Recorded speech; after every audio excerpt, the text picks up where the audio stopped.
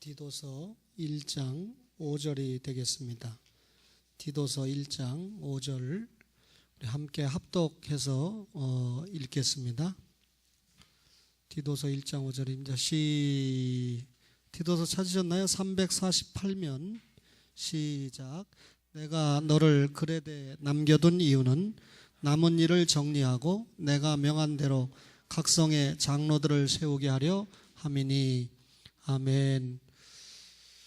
방송실은 주로 우리 최선아 선생님이 장악을 해주셨으면 좋겠어요. 이 목사님이 이제 가시고 나면 마비되니까. 네.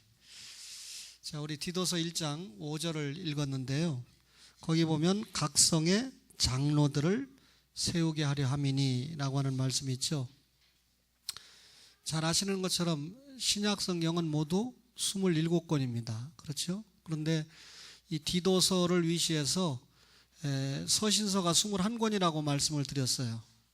하나님께서 이 편지를 통해서 우리에게 주시고자 하는 뜻이 지대하다라고 하는 것을 알 수가 있는데 21권의 편지 가운데 바울 사도가 13권을 썼습니다. 바울 사도가 쓴 13권의 성경 가운데 디모데전서, 디모데후서, 디도서를 우리가 목회서신이다 이렇게 이야기하죠. 저는 이 목회서신을 늘 읽으면서 목회를 이렇게 해야 된다라고 하는 것을 배우고 있는 사람입니다. 여러분들은 동일하게 이 목회서신을 읽으면서 우리 목사가 목회서신대로 목회를 하고 있는가를 확인하고, 그렇게 하면 열심히 기도해주고, 그렇게 못해도 열심히 기도하면서 그렇게 할 수 있도록 해주는 것이 필요한 것이죠. 그래서 목회서신이 그런 중대한 의미가 있는데, 어떤 편지를 보든지 간에 바울이 인사를 합니다. 1장 4절 마지막에 보니까 그리스도 예수 우리 구주로부터 은혜와 평강이 내게 있을지어다 이렇게 얘기하죠. 여기 은혜는 뭐냐면 예수님의 십자가가 믿어지는 은혜예요. 그러니까 예수님이 십자가에 돌아가신 것이 은혜고 그 사실이 믿어지는 것이 우리에게 은혜죠. 이 십자가 사건이 믿어지면 자연적으로 따라오는 게 평강이죠. 하나님과의 관계가 평안하고 사람과의 관계가 평안할 수밖에 없는 것이죠. 근데 오늘 분명히 1장 4절에 보니까 같은 믿음을 따라 나의 참 아들 된 디도에게 편지하노니, 그러면 이 디도서는 바울이 디도에게 보낸 편지예요. 서신서를 보면 로마서 같은 경우는 로마 교회에 보낸 편지죠. 디모데전후서, 디도서는 개인에게 보낸 편지죠. 하나 더 있는데 빌레몬서까지. 그렇죠? 그러나 여러분 요한 1, 2, 3서 같은 경우나 베드로전후서 같은 경우는 특정한 교회나 특정한 개인이 아닌 모든 성도들에게 보낸 편지이기 때문에 우리가 공동서신이다 이렇게 이야기하거든요. 근데 바울이 디도에게 편지를 보내면서 나의 참 아들이 됐다. 여러분 우리가 바울 하면 참 예수님 다음에 이 사람으로서 생각할 수 있는 참 위대한 인물 중에 인물이 바울 아닙니까? 근데 바울이 자기의 참 아들이다. 디모데에 대해서 그렇게 얘기했고 디도에 대해서 그렇게 얘기했죠. 수요일날 나오신 분들은 확인을 해봤겠지만 고린도후서 7장 5절 이하에 보면 바울이 디도에 대해서 뭐라고 이야기했냐면 형제, 동료, 동역자 이런 표현을 썼어요. 그러니까 아들이다, 형제다, 동료다, 동역자다 이런 표현을 썼습니다. 그럼 바울이 디도를 나의 참 아들이다 라고 하는 것은 영적인 아들이라는 것을 말하는 거거든요. 다시 말하면 바울이 예수님에 대해서 전해줬고 예수님의 십자가와 부활을 전해줬더니 바울의 전한 복음을 믿고 하나님의 자녀가 된 사람이 디도다. 그래서 디도는 영적인 아들이다, 참 아들이다 이런 표현을 썼거든요. 그런데 여러분 동역자라고 하는 말은 쉽게 쓰기가 어려워요. 영적인 아들일 뿐만 아니라 디도가 동역자다. 이 말은 바울이 감당하고 있는 일의 일정 부분 함께해서 열매를 맺힌 사람이 디도다 그 말이죠. 여러분 예를 들면 바울이 쓴 이 권면이 고린도 교회에 전달되도록 하기 위해서 이 전령사로 사용받았던 사람이 디도입니다. 그래서 오늘 바울이 디도를 표현할 때 같은 믿음을 따라 참 아들이 됐다. 같은 믿음을 따라. 그러면 바울이 믿는 예수님과 디도가 믿는 예수님이 같죠. 바울도 디도도 하나님의 말씀을 받았죠. 이런 같은 믿음을 가진 디도를 아들이라고 표현을 했는데, 지금 이 디도가 그레데에서 목회를 하고 있어요.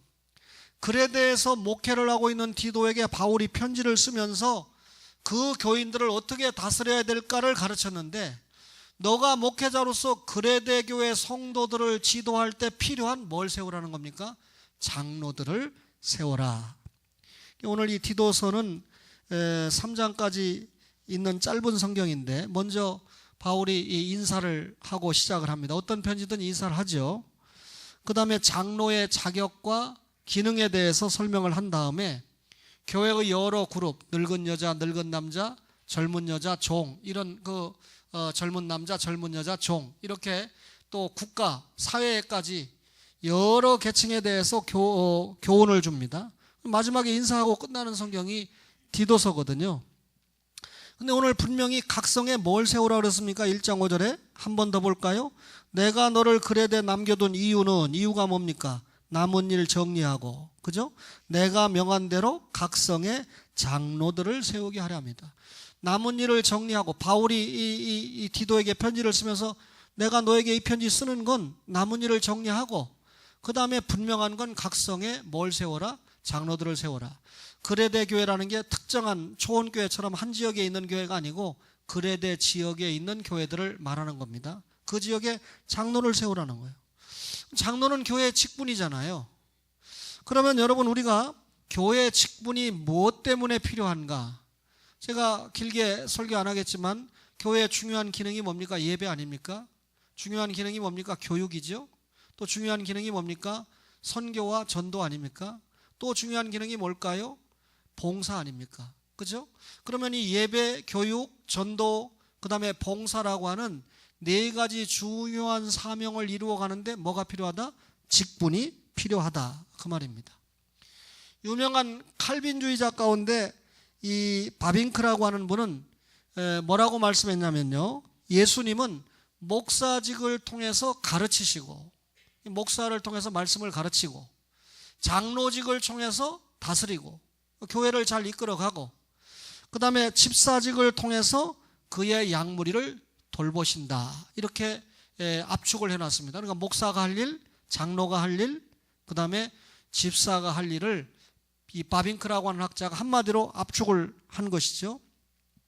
제가 성경을 아무리 읽어봐도요, 이 장로의 직분의 기원, 장로를 왜 세웠는가, 기원이 나와요. 그 다음에 장로라고 하는 이 직분자가 어떤 자격을 가져야 되는가, 집사가 어떤 사람이 집사가 돼야 되는가, 자격도 나와요. 그런데 장로가 어떤 역할을 해야 된다는 것을 구체적으로 설명을 하지 않습니다. 예를 들면 우리가 사도행전 6장 4절에 보면 사도가 기도하는 일과 말씀 전하는 일에만 전력하도록 뭘 세웠죠? 집사를 세운 거 아닙니까? 오늘날 말하면 안수 집사를 세운 거 아닙니까? 내년도 우리 이 집사님들의 명단을 보니까 그동안 최병식, 박수정 집사님이 외로웠거든요. 안수 집사님 딱 두 분이니까. 근데 안수 집사님들이 몇 분 생기면서 안수 집사님들이 많이 생겼어요.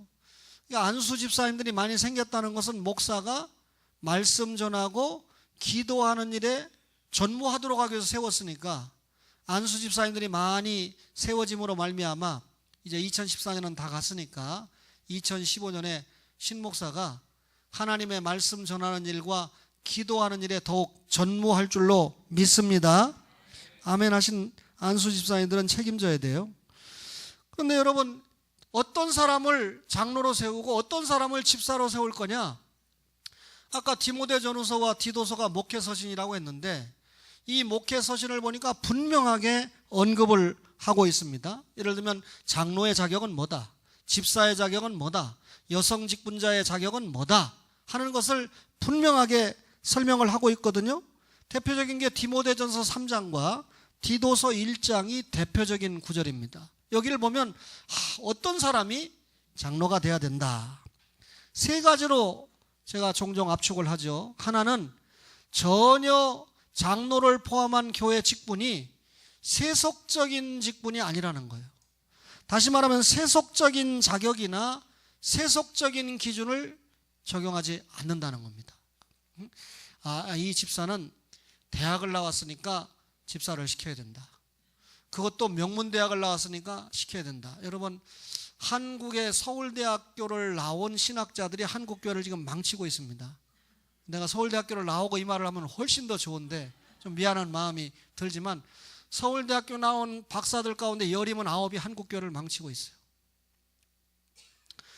그러니까 여러분, 어떤 대학을 나왔느냐, 초등학교를 나왔느냐, 이게 교회 직분의 기준이 아니에요. 사회적으로, 정치적으로 어떤 위치에 있느냐, 회사에서도 무슨 과장이냐, 전무냐, 전혀 교회에서 그거 아니죠. 그죠? 어느 대통령이 되신 분이 3년 동안 교회에서 주차장으로 이렇게 했다는 거 아닙니까? 우리 장로님 4분 가운데 한 분이 주차장에서 주일마다 일찍 와가지고 거기서 이렇게 하고 인사하고 이러면 여러분, 대통령 안 뽑아주겠어요? 그거 가지고 10번이라도 뽑아주지. 근데 대통령 되는 과정까지는 좋았는데 되고 난 다음에가 이게 참 문제거든요. 예? 여러분, 직분자 자격이 세속적인 자격이 아니에요. 물론 여러분, 정치적으로도 힘이 있고 경제적으로도 힘이 있고 또 뭐 좋은 대학 나오고 이러면 교회 일하는데 좋은 점이 있겠죠. 그렇죠? 그러나 그 자체가 직분자를 선택하는 기준은 아니다.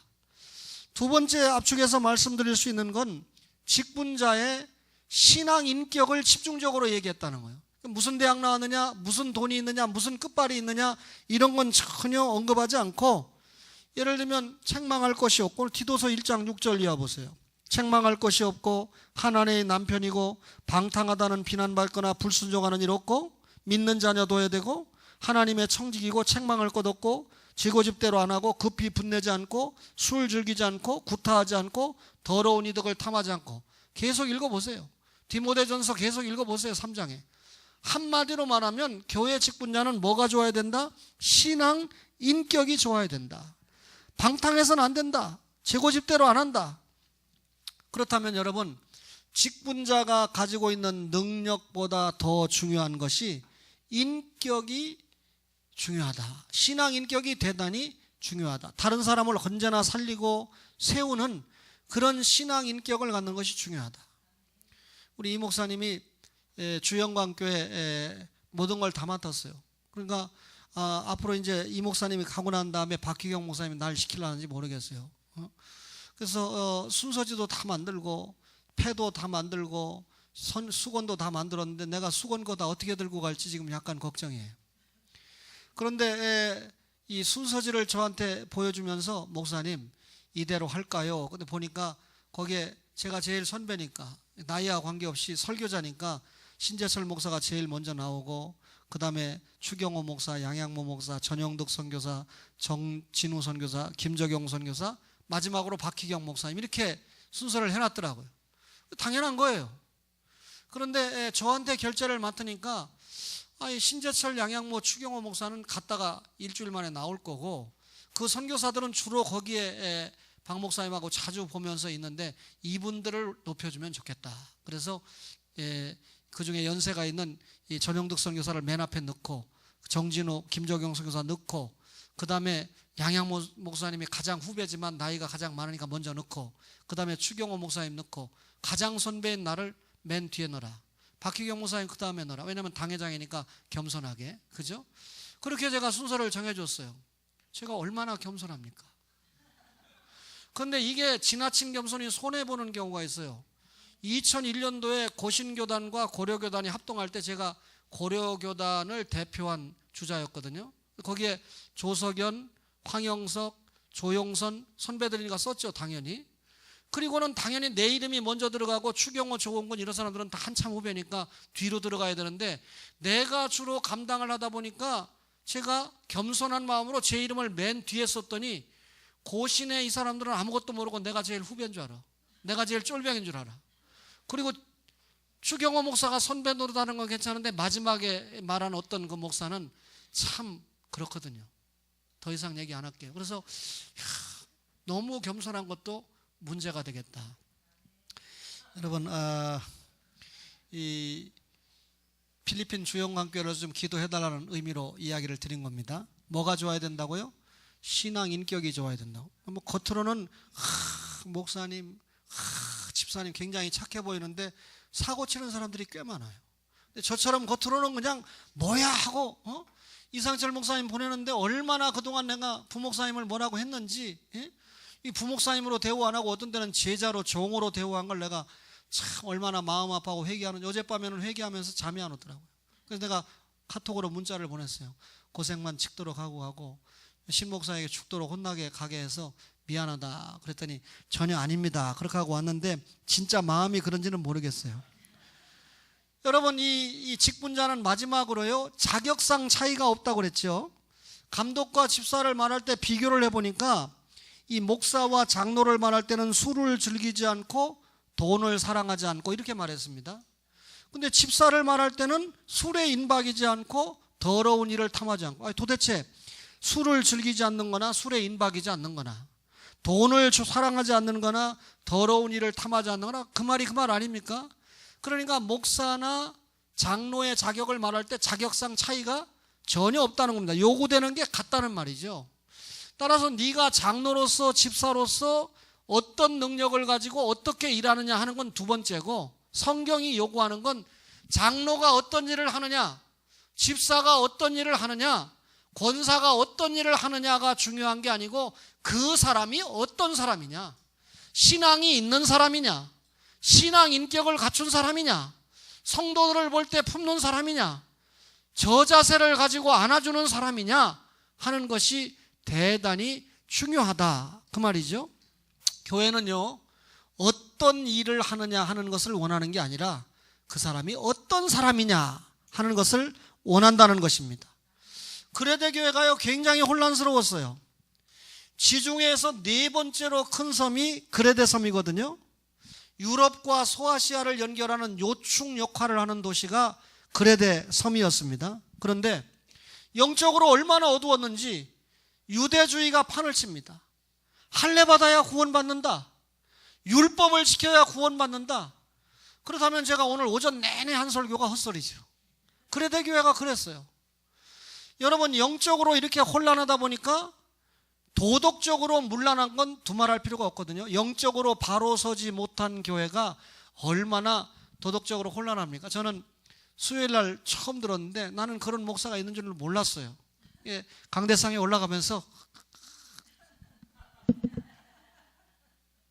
성도들을 보면서 장로님이 기도하러 나오는데 장로님이 한번 기도하러 나오면 목사가 장로님을 보고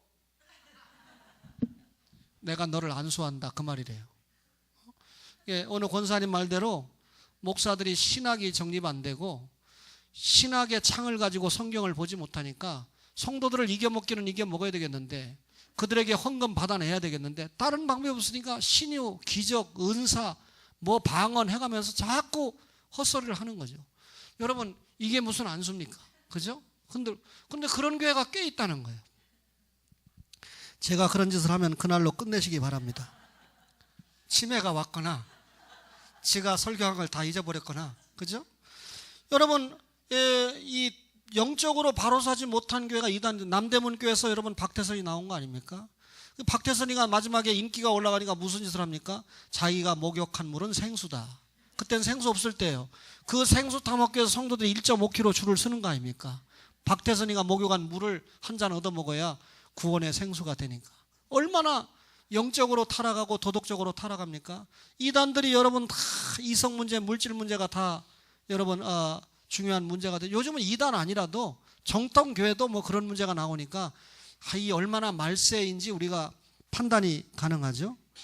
거기다 여러분이 그레데 교회는 문화적인 입장에서도 타락했어요. 다시 말하면 전적으로 헬라 문화의 영향을 받다 보니까 영은 선하고 육은 악하다. 그러다 보니까 자꾸 육신을 자학하고 금욕하고 혹은 육신 쾌락에 치중하는 그런 문화권에서 살게 됩니다. 교회가 혼란하죠.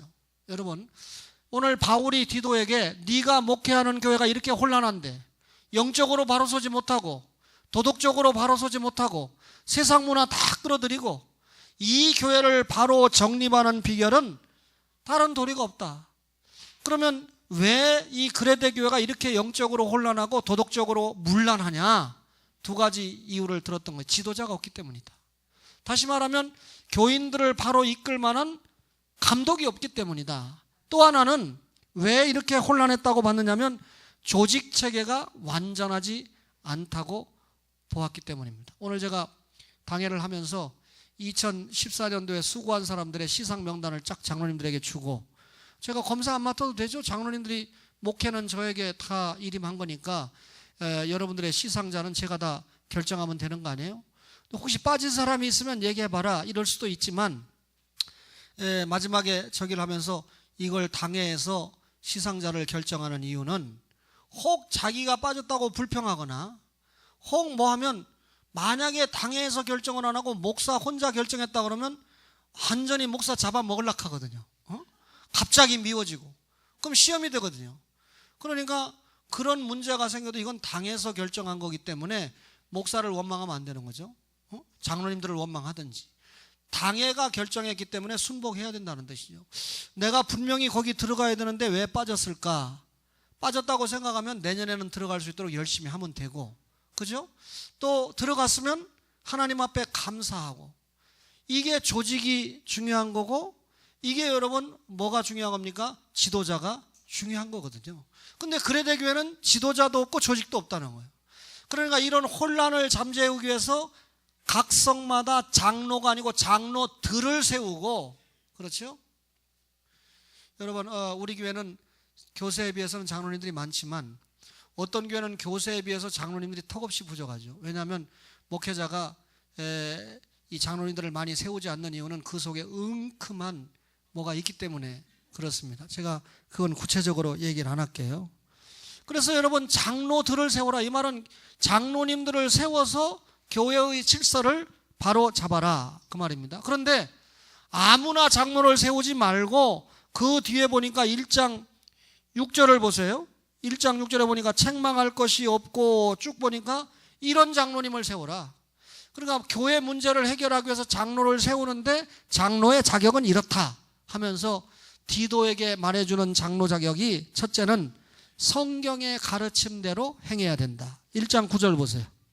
1장 9절에 보니까 밑분 말씀의 가르침을 그대로 뭐라고요? 지켜야 하리니. 장로가 그러니까 하나님의 말씀을 뭐라고요? 지켜야 돼요. 왜 지켜야 되죠? 이유를 분명히 보세요. 능히 바른 교훈으로 권면하고 거슬러 말하는 자들을 책망하게 하려 함이라. 장로 세우는 이유가 뭡니까? 하나님의 말씀을 바로 권면하고 그 다음에 하나님의 말씀을 거슬러 말하는 사람을 책망하기 위해서. 그러려면 장로가 말씀에 대한 실력이 있어야 됩니까? 없어야 됩니까? 말씀에 대한 실력이 있어야 된다는 거예요. 내일이나 모레쯤 글에 올라가겠지만 청년들 죽을 판이죠.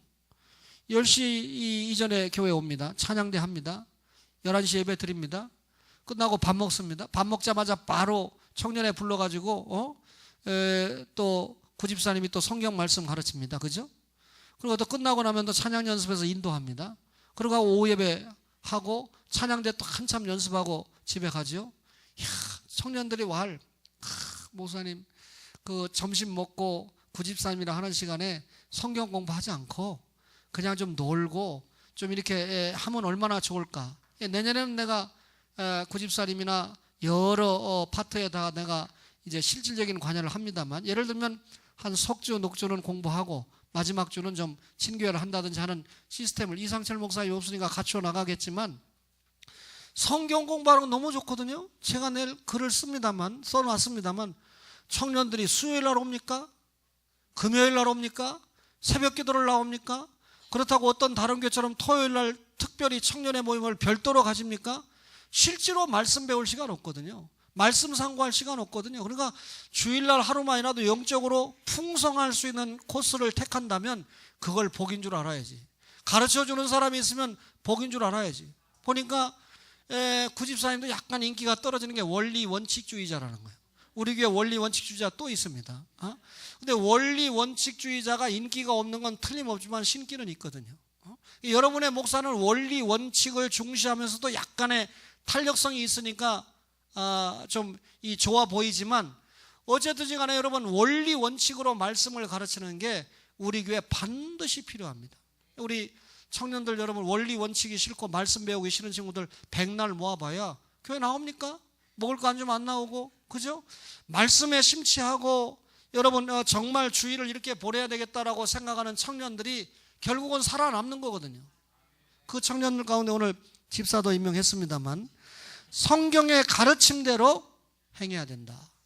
그 다음에 디도에게 뭐라고 했냐면 가족 전체의 바른 신앙생활을 요구하고 있습니다. 1장 6절을 볼래요? 한 아내의 남편이며 방탕하다는 비난을 받거나 불순종하는 일이 없는 믿는 자녀를 둔 자라야 할지라 그랬습니다. 여기 책망할 것이 없다 이 말은요, 다른 사람들에게 비난받는 일이 없어야 된다 그 말이죠. 한 아내의 남편이라는 건 바람 피면 안 된다는 거죠. 제가 변전사님하고 대화하는 중에 옛날에 어떤 교회에 있었는데 중직자들이 이 정도는 된대. 부인이 5명이래. 실제로 전도사님이 거짓말을 하겠습니까? 그런데 목사가 알면서도 헌금을 많이 하니까 5이나 둘 정도니까 돈이 얼마나 많겠어요. 헌금을 하니까 내비두더라는 거예요. 있을 수 있는 얘기죠. 여러분 한 아내의 남편이라는 건 성적 문란이 없어야 된다 그 말입니다. 그 다음에 여러분 두 번째는 방탕하다는 비난을 받거나 불순종하는 일이 없는 믿는 자녀를 둔 자여야 된다. 장로들이 되려면, 목사가 되고 장로가 되려면 믿는 자녀를 둬야 된다. 자녀 교육에 대해서 우리 장로님들을 위시한 한국교회 모든 목사와 모든 장로들이 믿는 자녀 문제에 대해서 굉장히 고민을 해야 될 시기를 우리가 통과하고 있습니다.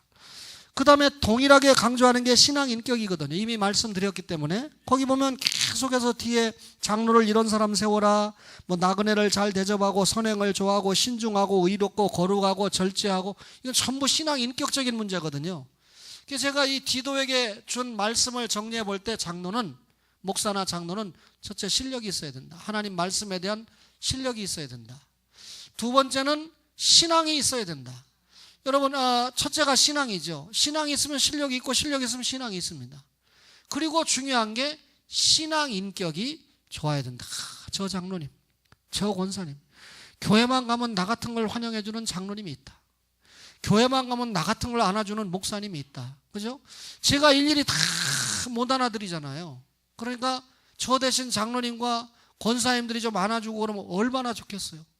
믿음 없는 아이들도 좀 안아주고 어린 아이들도 좀 안아주고 희애리도 좀 이뻐해주고 할머니들이 좀 오시면 너무 좋으니까 좀 존경해드리고, 그렇죠? 이런 역할을 해야 된다는 거죠. 오늘 1장 10절에 보니까 장로를 세워서 1장 10절을 보겠습니다. 뭐라고 그랬습니까? 불순종하고 헛된 말을 하며 속이는 자가 많은 중 할례파 가운데 특히 그러하니, 그 다음에 뭐라 해서 시작, 그들의 입을 막을 것이라. 그들의 입을 막을 것이라. 그러니까 교회 안에 아까 설명드린 영적으로 문제를 일으키는 사람들, 도덕적으로 문제를 일으키는 사람들, 그들의 입을 어떻게 하라고요? 막아버려라 그랬습니다. 수많은 이단이 있다고 그랬죠. 그레데 교회. 또 하나님의 말씀과 사도들의 가르침을 거부하는 자들이 있었습니다. 하나님의 말씀 거부하고 바울을 위시한 사도들이 가르치는 말씀을 거부하는 것은 불순종하는 거 아닙니까? 아무 유익도 없는 얘기, 또 자기가 전혀 지키지도 못하는 쓸데없는 얘기, 허탄한 이야기, 그죠? 족보 이야기, 신화 이야기. 교회 와가지고 주님의 말씀을 가지고 큐티하고 주님의 말씀을 가지고 대화해야 되는데 방언이 어떻고 내가 어제 꿈을 꿨는데 어쩌고 내가 뭐, 그러니까 여러분 이 사람 저 사람 그 사람이 다 그런 식으로 하나님을 만났다고 하면 초원교회 성도들이 만난 하나님이 몇백 분 되는 거 아닙니까? 우리가 만나는 하나님은 삼위 하나님 외에는 없는데 이 사람은 꿈을 꾸면서 이렇게 하나님을 만났다고 하지, 저 사람은 기도하면서 이렇게 하나님 만났다고 그러지, 심지어 또 음성을 들었다 하네. 그러니까 여러분 하나님 말씀 절대 신앙이 아니다 보니까 그레데 교회도 혼란했던 거예요. 그런데 이런 그레데 교회를 바로 세우기 위해서 누구를 세워라? 장로들을 세워라. 이게 무슨 말입니까?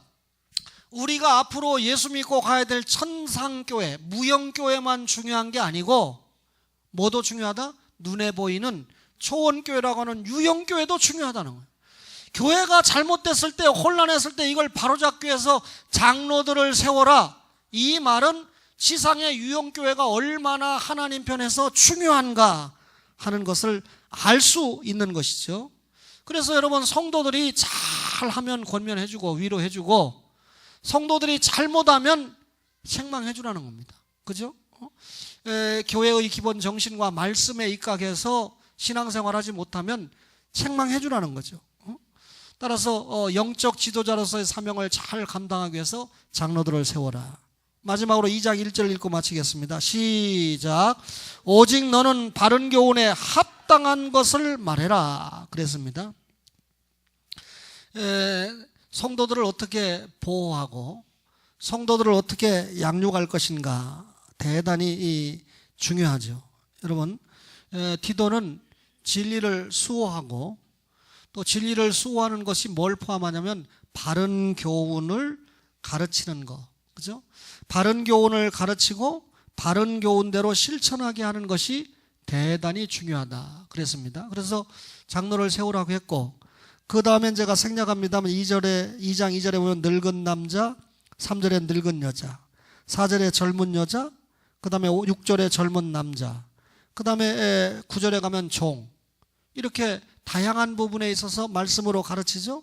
그러다가 여러분 3장 1절에 가면 통치자들과 권세 잡은 자들에게 복종해라. 사회와 국가에 관한 문제까지 바울이 가르치고 있거든요. 여기에서 여러분 국가와 교회 문제 잠깐 말씀드리면 국가는 일반 은총의 영역이죠. 교회는 특별 은총의 영역입니다. 국가는 외적 치안을 맡고 있고 교회는 내적 치안, 영적 치안을 맡고 있는 곳입니다. 우리가 예배하는데 누가 와서 예배 못 드리게 방해하고 그러면 외적으로 국가가 잡아가야 되죠. 예배 잘 드리도록. 그게 외적 치안 아닙니까? 국가는 상식의 범주에 있고 상식의 영역입니다. 교회는 하나님의 은혜의 영역에 있어요. 은혜의 영역에 있는 게 교회입니다. 그러면 여러분 상식은 절대로 은혜를 알 수가 없어요. 상식 가지고 어떻게 하나님 말씀을 깨달아요? 그런데 여러분 이 하나님의 은혜는 언제든지 상식을 포함합니다. 그러니까 교회는 국가를 위해서 기도하고 교회가 국가가 잘 있게 이끌어질 수 있도록 여러분 본을 보이는 것이 교회의 중요한 사명인 거죠.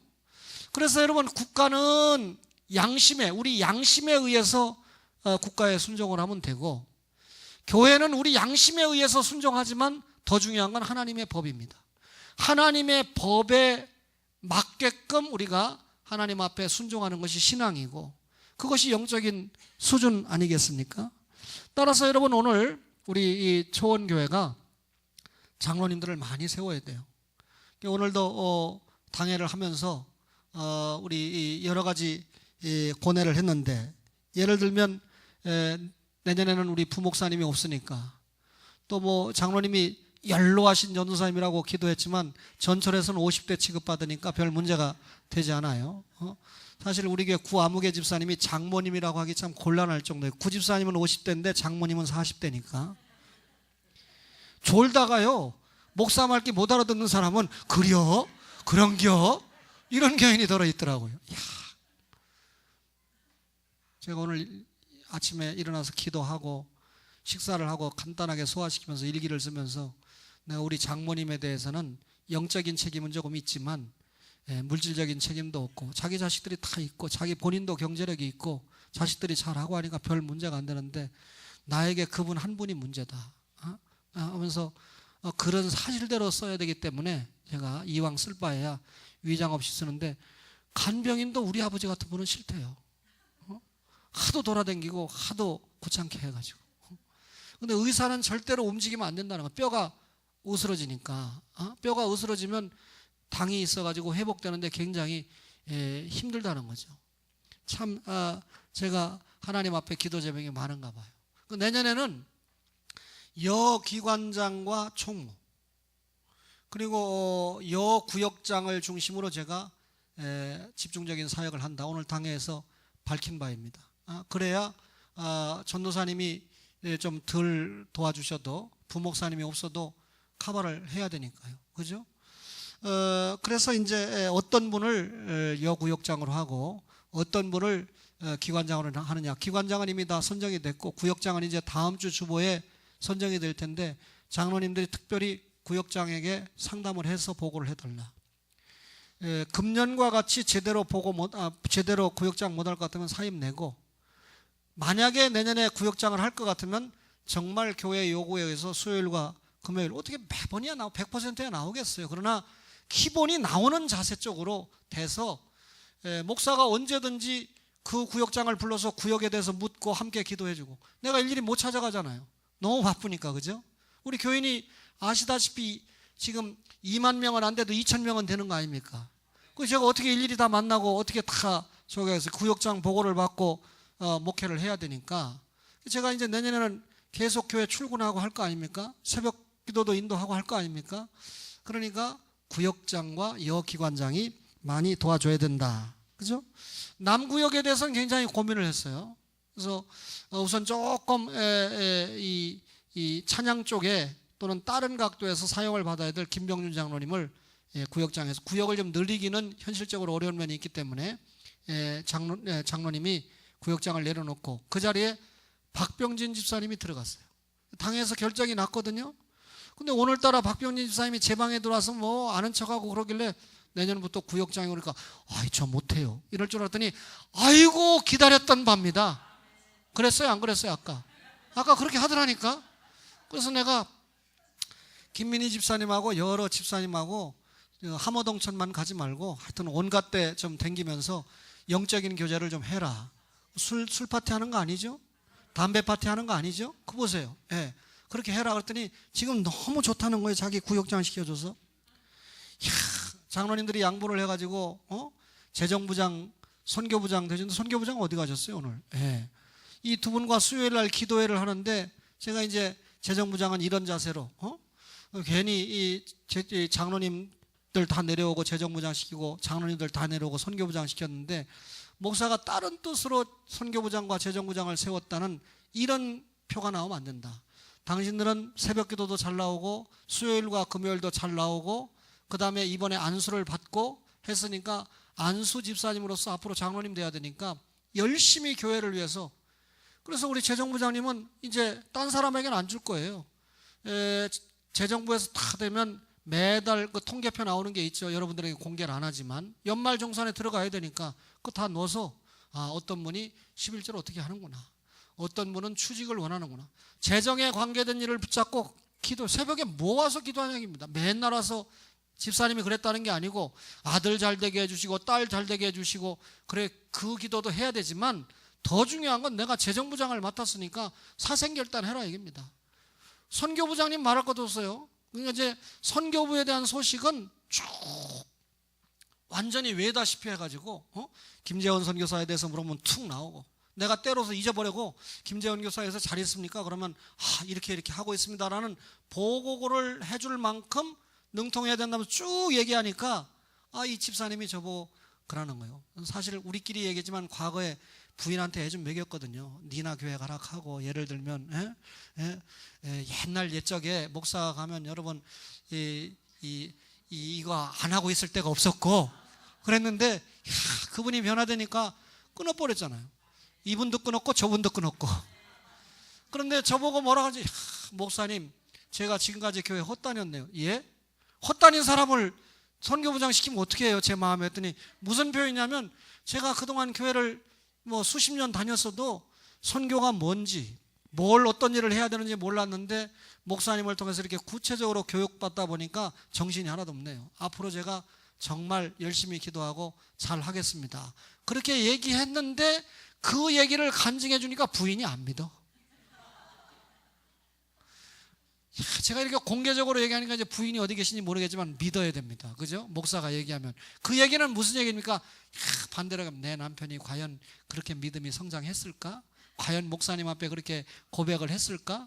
저렇게 웃는 분은 뭐라고 그러냐면 수요일 날 목사님 제가 이제 11조 열심히 하고 선교 열심히 하고, 목사님이 선교를 그렇게 열심히 하는데 지금 사업이 어렵긴 하지만 이제 돌아가면 목사님 개인적으로 선교할 수 있도록 좀 기도를 해드리겠습니다. 할렐루야. 하여튼 내년에는 내가 날려다니는 해야. 여러분, 장로들을 세워라. 그러니까 괜히 이 설교 들으면서 정찬배, 김병준, 유동진, 김교천 이 장로님만 생각하면 안 돼요. 이 자리에 앉아서 예배드리는 여러분 개개인 모두가 장로님이 되시고 권사님이 되시고 안수 집사님으로서 주의 사명을 잘 감당하는 그런 은혜가 있기를 주의 이름으로 축원합니다.